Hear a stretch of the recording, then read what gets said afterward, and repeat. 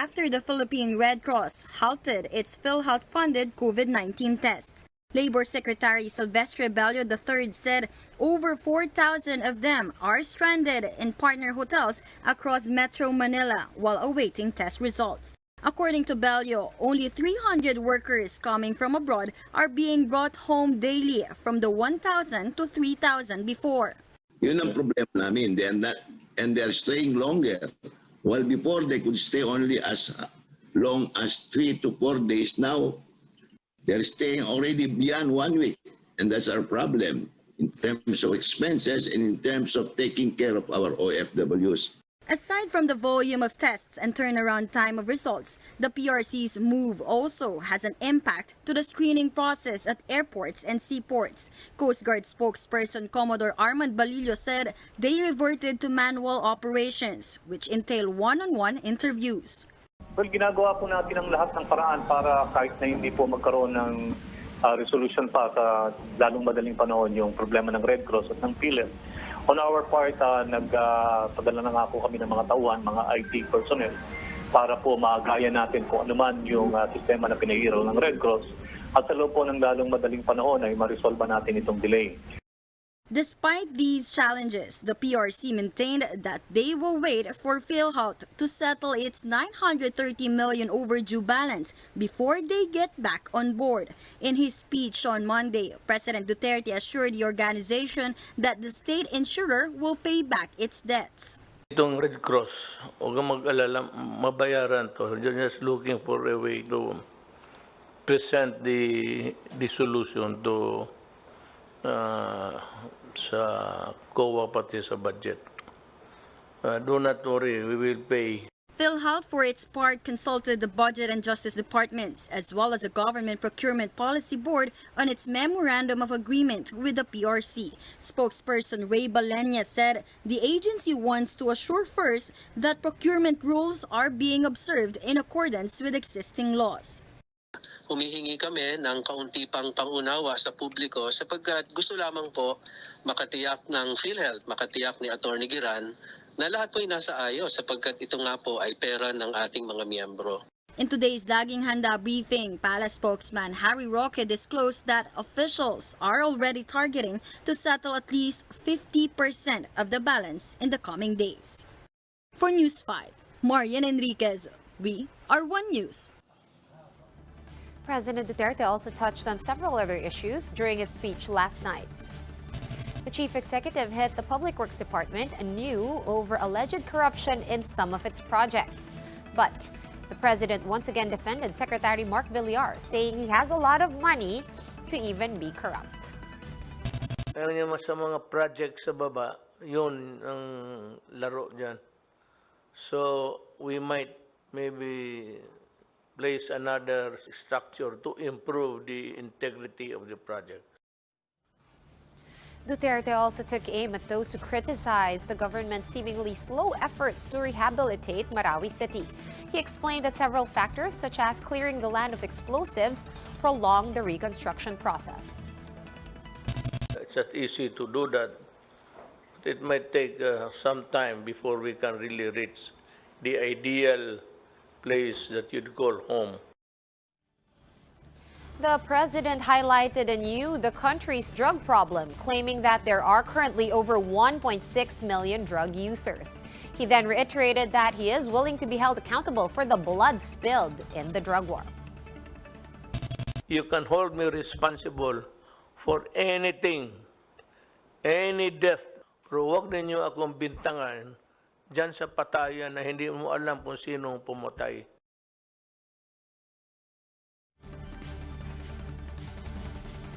To COVID-19 cases in the country, they are still continuing to rise with more than 1,600 new infections reported today.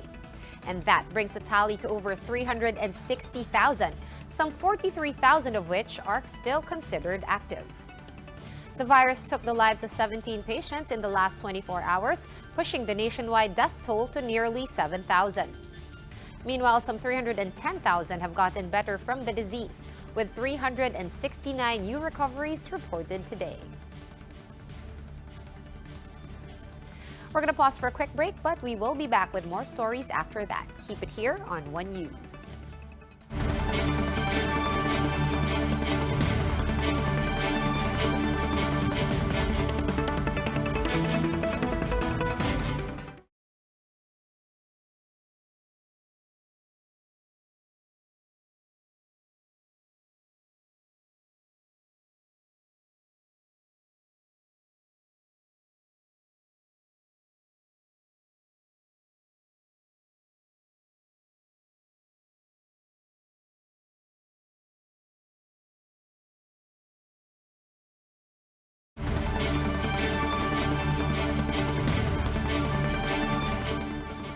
You're still watching One News Now. I'm Sean Yao. The Science and Technology Department is seeing positive results on the effectivity of virgin coconut oil against mild cases of COVID-19. Researchers are also looking at trying VCO on patients with moderate to severe coronavirus infections. Greg Gregorio with the rest of the details. Sony Bercasio has been using virgin coconut oil or VCO since the early 2000s as she turned to organic food and treatment for his ailing husband. Bercasio believes that this would help them avoid viruses, especially amid this pandemic. It contains monolaurin. Yung monolaurin, siya yung parang nagte-take effect sa digestive system natin para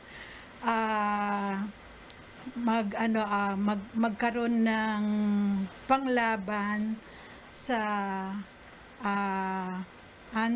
antimicrobial, antiviral. The Science and Technology Department has been looking into the possible effect of VCO against COVID-19. In fact, the UST's Philippine Council on Health Research and Development Executive Director Jaime Montoya said a study showed the properties of virgin coconut oil has positive impact against the virus.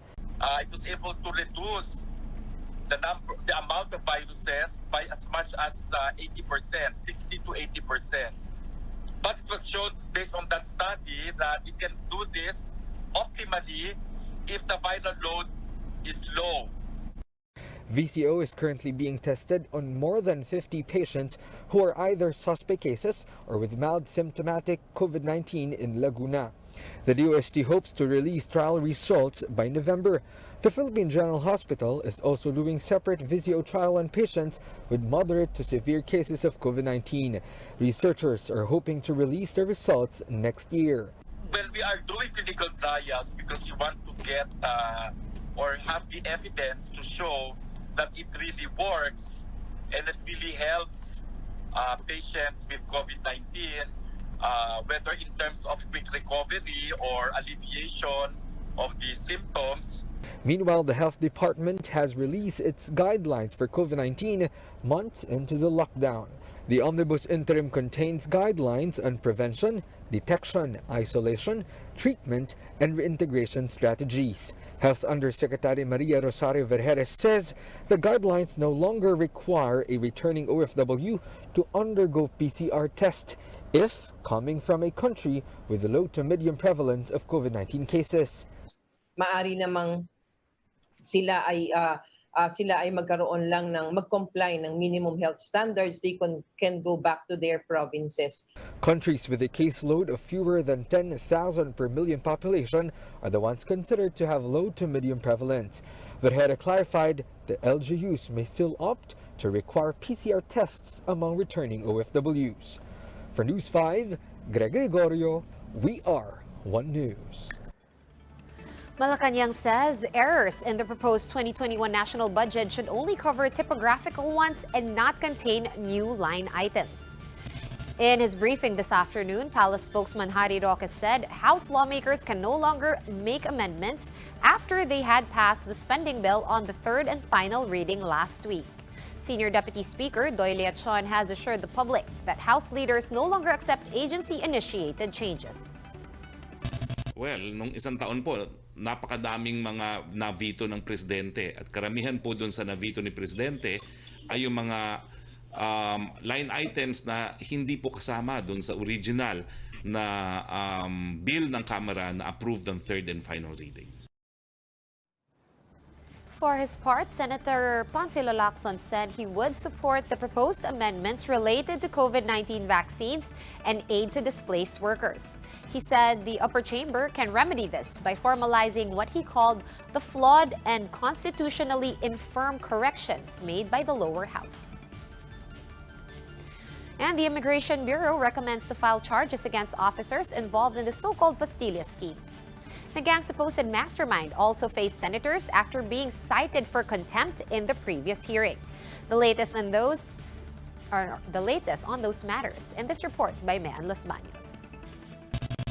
The Bureau of Immigration has concluded its investigation into the controversial Pastilla scheme. In today's Senate hearing, BI Commissioner Jaime Morente said their fact-finding committee has submitted the report to the Justice Department. The Bureau recommends to file charges of grave misconduct against those linked to the anomalous activity. Also, during the hearing, a resigned immigration officer once again testified against former Immigration Deputy Commissioner Mark Red Marinas.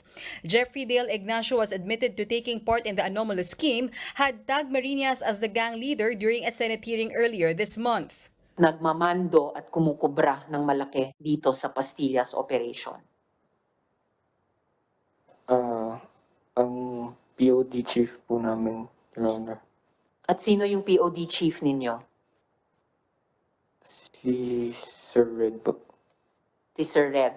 Si Mark Red Marinas. Yes po, Your Honor.